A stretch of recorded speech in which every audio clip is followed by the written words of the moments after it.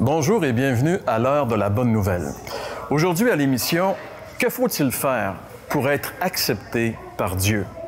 Comme vous allez le voir dans un instant, la solution vient d'ailleurs.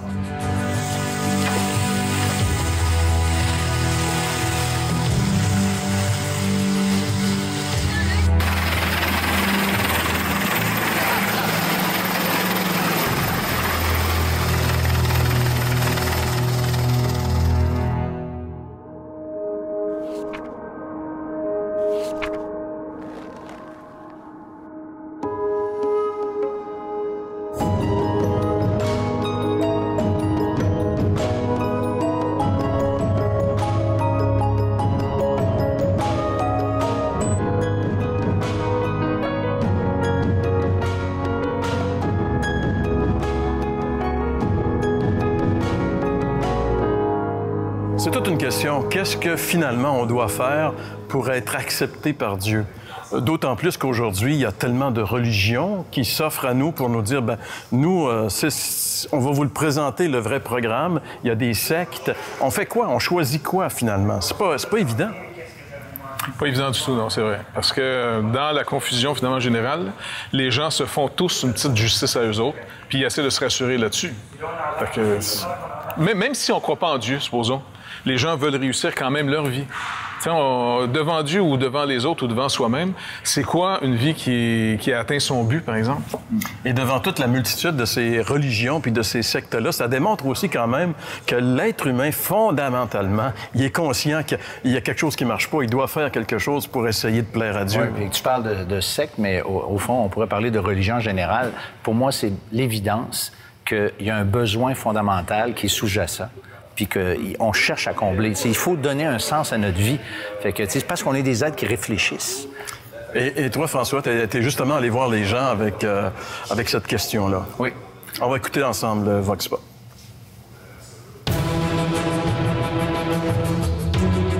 Est-ce que vous vous considérez comme une bonne personne, madame? Assez. Oui. Pas méchant, non. Je me considère une bonne personne par rapport à mes valeurs, puis par rapport à mes principes. Quand que vous réfléchissez d'une façon plus profonde, là, comme on dit des fois, en votre âme et conscience, est-ce que vous vous sentez vraiment correct? Ça pourrait être mieux. Certain que je ne suis pas parfaite, mais c'est vrai qu'envers les autres, oui, je m'arrange pour être toujours le plus correct possible. Okay. Si Dieu existe, est-ce que vous pensez qu'il pourrait vous recevoir tel que vous êtes? Oui, certainement. Je pense que oui, là. Je suis pas une mauvaise personne. Je pense qu'il veut pas de moi parce que j'ai passé des choses. Comme si passé proche de mourir l'année passée. Là. Quand que vous faites quelque chose de pas correct, vous avez un problème de conscience, comment vous faites pour le régler? Bien, par le passé, on a eu trop de problèmes de conscience. La religion catholique nous amenait des péchés partout. On pouvait rien faire sans penser au péché. Aujourd'hui, pour moi, il n'y en a plus de péché ou à peu près plus. Qu'est-ce que vous faites lorsque vous vous sentez, vous avez des sentiments de culpabilité, par exemple, après avoir fait ou dit quelque chose que vous regrettez? Comment vous réagissez? Comment vous gérez votre sentiment de culpabilité? Bien, j'essaie de me rattraper sur autre chose. Si, mettons, je me sens coupable, c'est sûr que je vais essayer de régler le problème vu que je me sens coupable. Alors, François, les images qu'on vient de voir sont quand même très intéressantes. Il y a beaucoup de choses qui ressortent des affirmations que les gens nous font. Mais je remarque qu'en général, sur la première question, à savoir si les gens sont contents d'eux-mêmes, c'est assez unanime. C'est ça, puis c'est assez positif. Et c'est tout à fait normal qu'on se justifie ou qu'on justifie notre façon d'être.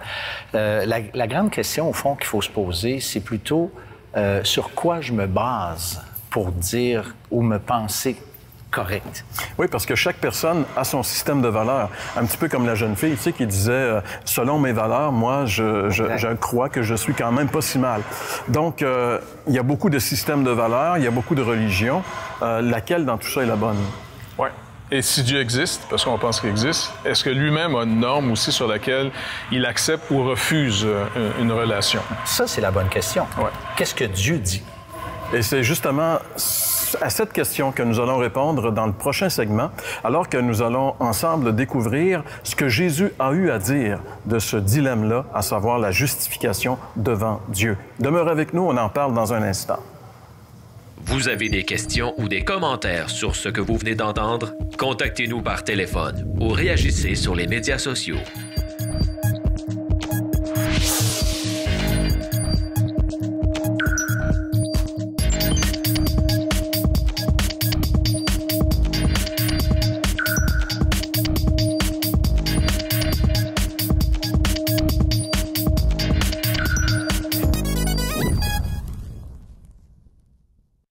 Donc, ces deux personnages dont on a parlé il y a un instant, on les retrouve ici dans l'Évangile selon Luc, chapitre 18. On va lire les versets 9 jusqu'au verset 14. Si vous avez à la maison une Bible, un Nouveau Testament, je vous inviterai à tourner. Sinon, suivez avec nous, vous allez voir le texte apparaître à l'écran. Alors, Jésus dit encore à cette parabole, à l'intention de certaines personnes qui étaient convaincues d'être justes et qui méprisaient les autres. Deux hommes montèrent au temple pour prier. L'un était un pharisien, l'autre un collecteur d'impôts. Le pharisien debout faisait cette prière en lui-même. « Ô Dieu, je te remercie de ce que je ne suis pas comme les autres hommes, qui sont voleurs, injustes, adultères, ou même comme ce collecteur d'impôts. Je jeûne 2 fois par semaine, je donne la dîme de tous mes revenus. » Le collecteur d'impôts, lui, se tenait à distance et n'osait même pas lever les yeux au ciel. Mais il se frappait la poitrine en disant « Ô Dieu, aie pitié de moi, qui suis un pécheur. » Je vous le dis, lorsque ce dernier descendit chez lui, il était considéré comme juste, mais pas le pharisien. En effet, toute personne qui s'élève sera abaissée, et celle qui s'abaisse sera élevée. Alors, on a tout un texte devant nous, mes chers amis. Hein? Et Jésus avait cette caractéristique d'être un enseignant hors pair. Et pour enseigner, il mettait en contraste des personnages, on pourrait dire comme deux caricatures, des personnages un peu extrêmes. Et ici, il en place deux devant nous. Un qu'il appelle ici, lorsqu'il dit que ces deux personnes montaient au temple, un était un pharisien. Alors, peut-être que pour beaucoup de gens, le mot pharisien, ça ne veut pas dire grand-chose. Et l'autre était un publicain, ou encore, selon certaines versions, un collecteur d'impôts. Donc, pour comprendre la différence qui existe entre ces deux personnages, ce serait peut-être bon qu'on explique un petit peu aux gens c'était quoi un pharisien et c'était quoi un collecteur d'impôts. Peux-tu y aller? Je vais y aller avec le collecteur d'impôts, OK? C'était un gars qui était à son compte et qui travaillait pour le gouvernement romain, donc l'occupant à cette époque-là, à Jérusalem. Un collaborateur, comme ils diraient les Français. Peut-être. Un collaborateur, un collabo. Puis ces gars-là avaient une très, très mauvaise réputation parce qu'ils étaient malhonnêtes. Et puis, il y avait de toute façon la liberté de commander, de faire payer des montants supplémentaires pour se faire la commission, mais ils étaient assez généreux sur la commission. Fait qu'ils étaient très peu respectés, pour pas dire haïs des Juifs en général, parce qu'ils étaient considérés d'abord comme des traîtres, puisqu'ils travaillaient pour l'occupant romain. Et puis, ils étaient un peu des exclus là, de la société. Ils étaient haïs, ces gens-là. Comme je dis des fois, moi, ils devaient se lever la nuit, les Juifs, pour les haïr. Ah, sûrement, oui. C'était fou, là. Fait que quand tu dis caricaturer, là, c'est sûr que Jésus, dans cette histoire-là qu'il nous raconte, il en met beaucoup sur ce côté-là. Selon ce que j'ai lu sur les collecteurs d'impôts, les publicains, la perception que les Juifs avaient d'eux, ils les appelaient des porcs. On sait qu'au Moyen-Orient, t'es appelé un cochon, un porc, c'est pas... Pour un Juif, un porc, c'était un animal impur, c'était quelque chose d'assez dégradant. Et ça donne l'idée de la vision que les bien vus avaient de ces gens-là. Ouais. Alors, les pharisiens. Les pharisiens. Les pharisiens, eux autres, c'était des gens qui, à l'époque, étaient d'abord très religieux. Ils observaient la loi de Dieu. C'est des gens qui avaient mis toute leur énergie à observer jusqu'au moindre détail. Même Jésus les représente comme étant des gens qui, lorsqu'ils vont boire une tisane, peu importe, ils vont la boire au travers d'un petit filet, là, tiens, pour être sûr de ne pas avaler un moucheron, parce que tu n'avais pas le droit de manger un animal sans d'abord le saigner. Donc, c'est dur de saigner un moucheron. Ça prend une petite lame. Oui. Et donc, finalement, les pharisiens étaient des gens zélés pour la loi et, inévitablement, étaient vus comme étant les justes. Ils n'étaient pas tellement, ils étaient peut-être 5 % de la population, un peu comparable aujourd'hui à les Hassidim. Tu sais, ceux qui sont habillés en noir et blanc, là, les Juifs, là, même chez les Juifs, ils sont plus Juifs que les Juifs, et puis ils ne sont pas nécessairement toujours appréciés des autres. Mais c'est des ultra-orthodoxes. Ça, c'était le pharisien. Mais c'était quand même des bons jacks, là. C'était pas des bandits. Si tu veux avoir un voisin, tu veux pas un publicain. Tu veux avoir un pharisien à côté de chez vous. Sa religion, c'est d'être un bon gars. Même s'il t'aime pas, il faut qu'il soit pareil, tu comprends? Fait que, donc, c'était des bons gars. Dans le langage contemporain, lorsqu'on parle d'une bonne personne, un bon gars, donc eux c'est le terme qu'on aurait pu appliquer pour ces personnes. Oui. C'est devenu péjoratif avec le temps. Quand on se fait traiter de pharisiens, c'est comme synonyme d'hypocrite. Parce que Jésus les a traités d'hypocrites. Ouais. Mais fondamentalement, à l'époque, le pharisien, puis en passant, Jésus, quand il parlait aux pharisiens puis il était si sévère avec eux, c'est parce qu'ils étaient très près de la vérité. Il n'a même pas pris tant de temps à contester les Sadducéens. Ça, c'était un autre groupe en Israël qui étaient les dominants de l'aristocratie de l'époque. Là. Mais ces gars-là n'étaient pas sérieux avec les Écritures autant que les pharisiens. Et c'est pour ça que les gens écoutaient beaucoup plus les pharisiens, leur opinion de ce que c'était d'être juste devant Dieu, que celle du Sadducéen. Le Sadducéen ne croyait pas à la résurrection, ne croyait pas aux anges, ne croyait pas à grand-chose. Donc, finalement, devant nous, il y a deux personnages. Ouais. Il y a le bon gars, religieux, qui fait des bonnes œuvres, et il y a aussi le publicain, celui qui est considéré par ses concitoyens comme étant un porc. Donc, ces deux personnes-là, Jésus met l'histoire ici, ces deux personnes-là sont en train d'aller au temple, c'est-à-dire d'aller rencontrer Dieu et de prier Dieu. Ouais. Et c'est intéressant parce que Jésus va nous citer un petit peu la prière que chacun d'eux va faire. Et la prière de ces gens-là démontre vraiment ce qu'ils sont dans leur personnalité. Une est plus longue que l'autre, hein? mais j'aimerais ça. Aujourd'hui, là, un publicain, c'est qui? Je veux dire, on est en 2015. Bon, dans notre société séculière, puis que c'est devenu tabou de parler de religion, c'est tabou d'être chrétien. Tu peux parler de n'importe quoi, tu peux parler avec qui t'as couché en fin de semaine, mais dis pas que t'as été à l'église. Là, tu lances un gros malaise, OK? Mais dans cette époque-là, la nôtre est très différente parce qu'aujourd'hui, être religieux, c'est pas bien vu. Donc, le pharisien moderne d'aujourd'hui, là, je sais pas, moi, c'est quelqu'un qui est très fier de sa vie que la société va louanger. C'est toutes des bonnes choses, hein? Si tu remarques le pharisien, c'est des bonnes choses. Par exemple, ça peut être l'écolo qui mange bio puis qui va acheter ses tomates en marchant parce qu'il fait pas de gaz à effet de serre. C'est la personne qui a réussi jusqu'à un certain point, qui peut s'asseoir sur quelque chose et dire « Moi, j'ai réussi », que ce soit une réussite sociale, une réussite dans le travail, peu importe. C'est des bonnes personnes. Ça marche. Il faut vraiment le voir. Il ne faut pas en faire une caricature, un style de clown religieux. Là. Ouais. C'est vraiment une personne qui s'est appliquée à réussir sa vie selon les standards proposés. Des gens sincères. Très sincères. Puis lui, là, ce gars-là, il pense qu'il va être agréé.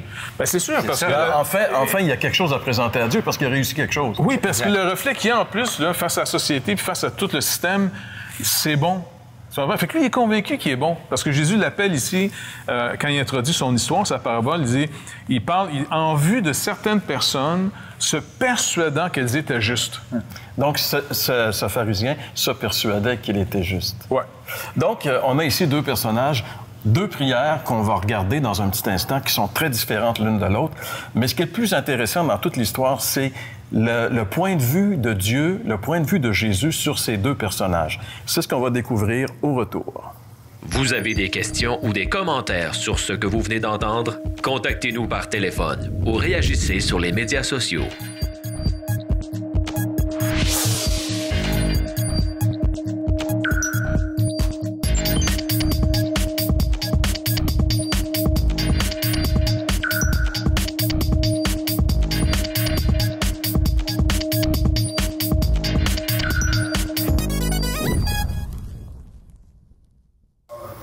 Alors, le Seigneur nous place devant deux personnages vraiment, vraiment différents.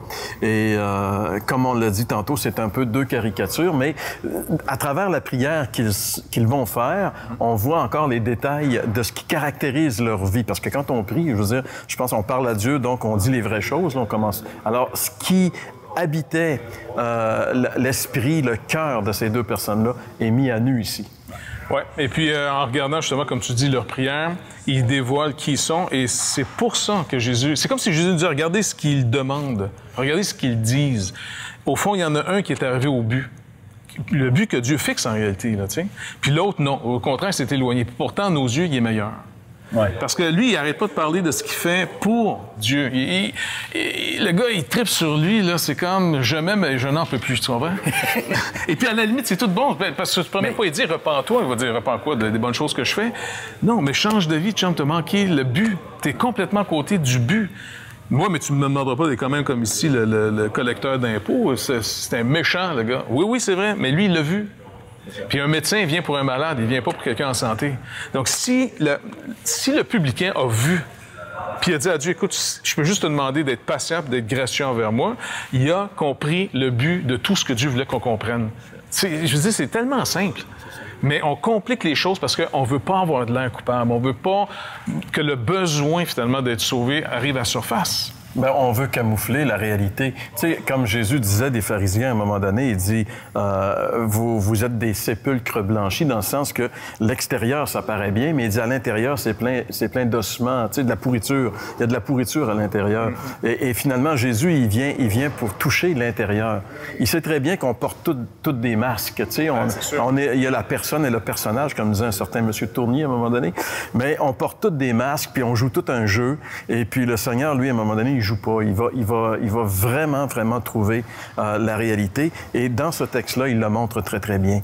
Et cet homme-là, je donne ma dîme, je jeûne, je fais ci, je fais ça. Tu sais, je donne ma dîme. Il y en a qui pensent qu'une dîme, là, c'est 60$ par année, comme on voit là, dans les milieux religieux.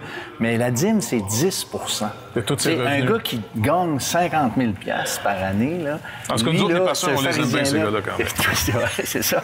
Mais tu comprends que mais c'est une bonne personne. C'est super une bonne personne. Puis la prière de chacun de ces deux gars-là, justement, elle donne l'explication du pourquoi du résultat final qui est complètement opposé. Moi, je trouve, tu sais, renversant, c'est surprenant. Tu sais, c'est le bon gars qui est mis dehors, en fait, de Dieu, puis le bad boy qui est déclaré. Mais le publicain, il dit pas grand-chose. Il dit rien, finalement. Il dit juste sois apaisé envers moi qui suis un pécheur. Il est tellement conscient de son état que lui, je veux dire, il n'y a rien à présenter à Dieu. Mais as-tu vu l'attitude physique, ton gars? Tu sais, je veux dire, il est courbé, il se frappe la poitrine, il n'ose pas lever les yeux, tu sais, vers le ciel. Autrement dit, il n'est même pas capable de regarder Dieu en pleine face, on peut le dire comme ça. Tu sais. Il a une attitude, un cœur brisé.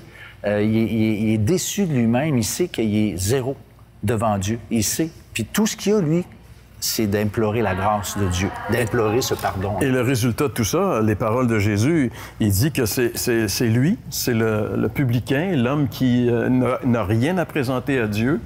Retourner chez eux juste. Qui s'en va chez eux justifié. Alors, il n'y avait pas de justice.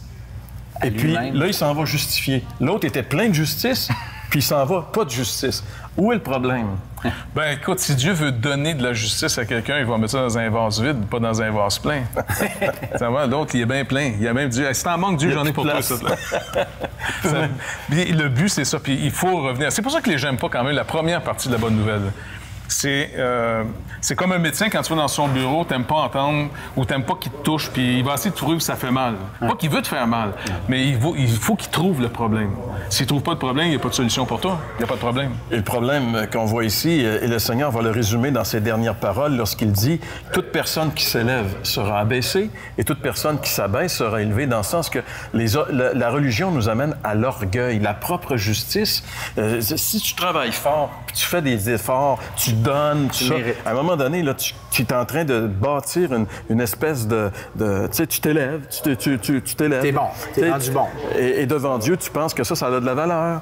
Et l'autre, il n'y a rien à présenter.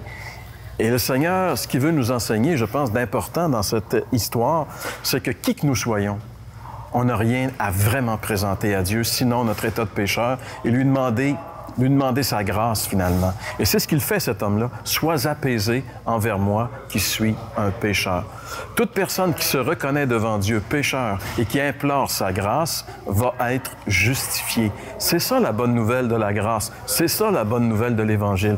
Et on aimerait tellement que vous puissiez l'expérimenter.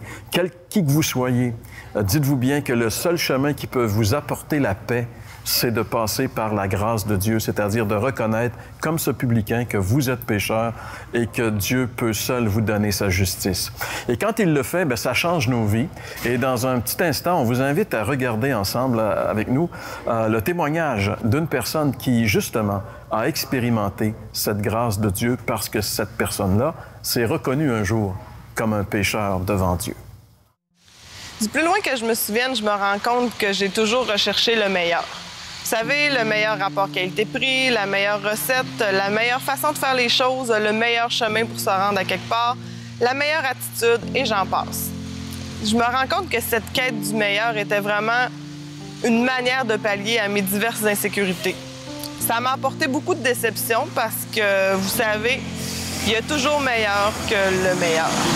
À l'école, je me conformais, j'aimais ça avoir des bonnes notes. C'était un but dans ma vie, l'excellence académique. Au secondaire, j'ai toujours choisi les cours à option qui m'ouvriraient les plus de portes vers l'avenir, vers une carrière en sciences, évidemment, parce que j'ai toujours été attirée par les sciences. J'aimais comprendre les choses, j'étais une personne analytique, logique, sérieuse. J'avais une facilité d'apprendre d'ailleurs, ça fait que ça a été beaucoup plus facile pour moi de me tourner vers la voie de l'excellence académique que vers les relations humaines. J'ai poursuivi mes études en sciences au cégep pour finir par faire un bac en chimie. Une fois mes études terminées, j'ai trouvé un emploi dans mon domaine, j'ai rencontré mon futur mari, on s'est engagé sur une voie de vie adulte et c'était ce que j'avais toujours voulu. Un chemin sérieux qui me permettait. Pour moi, c'était ça la vie. Avoir un travail, avoir une maison, avoir une famille, avoir des enfants. Puis j'étais vraiment partie sur cette voie-là. Ça allait bien. Puis après la naissance de mon deuxième enfant, je me suis rendu compte que malgré tout ça, toutes ces belles réussites-là, que c'était sur le chemin que je voulais, j'étais encore insécure. Pour m'aider à cheminer, je me suis inscrite à des cours de relations humaines. Ces cours-là, on est capable d'apprendre à avoir plus confiance en soi, d'avoir des relations avec les autres, vraiment de sortir de ma coquille. Ça m'a beaucoup aidée. Puis ça allait tellement bien dans ces cours-là que j'ai décidé de m'inscrire à la phase 2.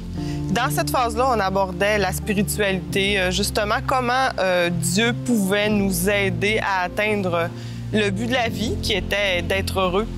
Ça m'a pas heurté du tout, contrairement à d'autres personnes, parce que moi, du plus loin que je me souvienne, j'ai toujours cru en Dieu. Un Dieu qu'on se forge soi-même par un ramassis de tout par-ci et par-là. Ce Dieu qui est relatif, qui fait notre affaire, qui est différent pour chacun. Mais ce Dieu-là qui nous permet de dire que la vérité existe, mais qu'on peut pas la connaître. Au même moment où je faisais ce cheminement-là, j'avais beaucoup de discussions avec ma petite sœur parce qu'on était très proches toutes les deux. Puis j'y partageais, j'étais contente de lui partager justement que j'avais trouvé un moyen pour m'aider à être plus heureuse, pour aider à être plus épanouie finalement, parce que toujours dans l'optique que le but de la vie, c'est d'être heureux. Puis ma petite sœur, elle me disait, non, le but de la vie, c'est pas d'être heureux, c'est de connaître Dieu. Là, je disais, écoute, on fait la même chose, mais avec une démarche différente. Puis c'est juste que, tu comprends pas ce que je veux dire. On poursuit le même but. Mais jusqu'au moment où, à un moment donné, je suis venue passer la fin de semaine chez eux, puis elle m'a dit, garde, lis ce livre-là. Ça s'appelait « Moi, chrétien, vous voulez rire ». Puis elle a dit, commence au chapitre 4. Toi, ma scientifique, commence au chapitre 4.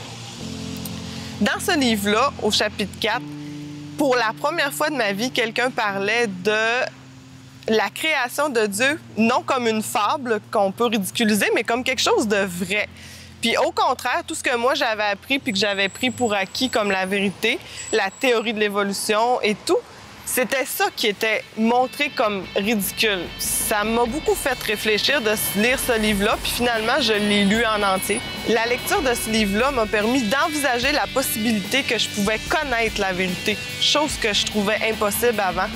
La Bible nous dit qu'on a été créé par Dieu pour être en relation avec lui, puis que cette relation-là a été brisée par le péché. Mais ça ne s'arrête pas là. La Bible nous donne aussi une solution pour restaurer cette relation-là avec lui. La solution, c'est de connaître Jésus. Le chemin, la vérité, la vie. J'ai rencontré Jésus-Christ. J'ai trouvé le meilleur. Le meilleur, c'est de pouvoir restaurer cette relation-là avec Dieu. De pouvoir enfin goûter à la connaissance du vrai Dieu. De pouvoir pallier à mes insécurités, mais pour vrai. Oui, j'ai encore mes luttes. Oui, j'ai encore besoin de connaître les choses. Oui, j'ai encore besoin de comprendre. Mais je sais que mon Dieu va pourvoir à tous mes besoins parce que lui, il connaît toutes choses. Puis c'est vraiment en ça maintenant que je m'appuie pour trouver du réconfort quand je suis insécure.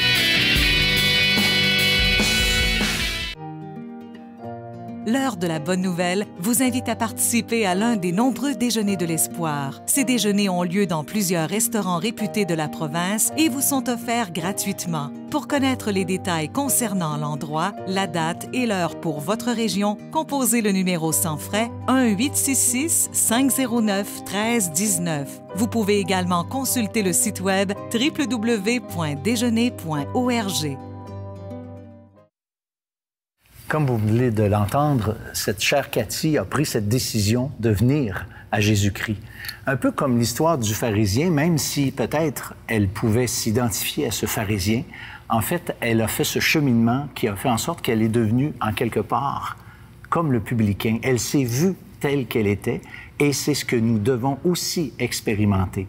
Alors là où vous êtes, moi j'aimerais ça vous inviter à faire ce cheminement puis à reconnaître que finalement notre justice, comme dit la Bible, est comme un vêtement souillé.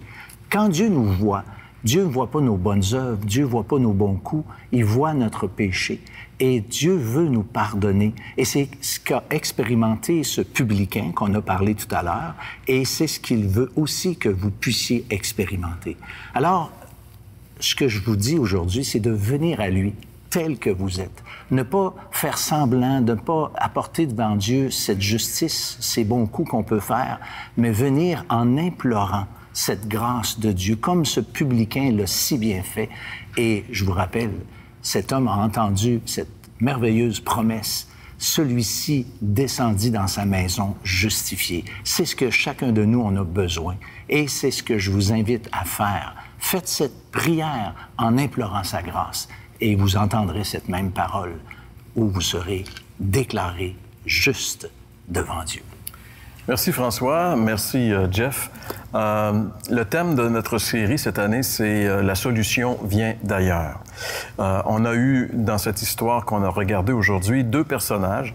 Un qui essayait de trouver sa solution en lui-même, un qui a fait beaucoup de choses pour essayer de trouver la solution à son problème, c'est-à-dire d'être justifié devant Dieu. Un autre qui a simplement reconnu son échec. Il était conscient qu'il ne pouvait rien faire. Il avait essayé, ça n'a pas marché, il a tout lâché, puis il a juste dit à Dieu, « Écoute, moi, je ne peux rien faire. Sois apaisé, je suis un pécheur et je ne peux pas m'en sortir par moi-même. » Et pour lui, la solution est venue d'ailleurs.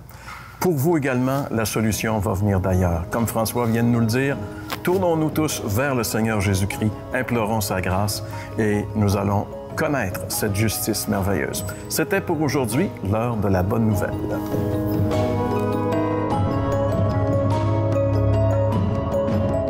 La série complète sera disponible sur DVD dès la fin de la saison. Pour commander, écrivez-nous à l'heure de la bonne nouvelle, casier postal 26006, Trois-Rivières, Québec, G8Y7M1.